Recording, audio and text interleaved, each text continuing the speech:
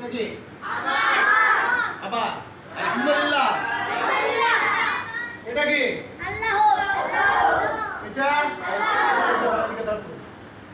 এটা তাহলে আল্লাহু আল্লাহু আল্লাহু আল্লাহু এক আলহামদুলিল্লাহ আলহামদুলিল্লাহ সুবহানাল্লাহ আলহামদুলিল্লাহ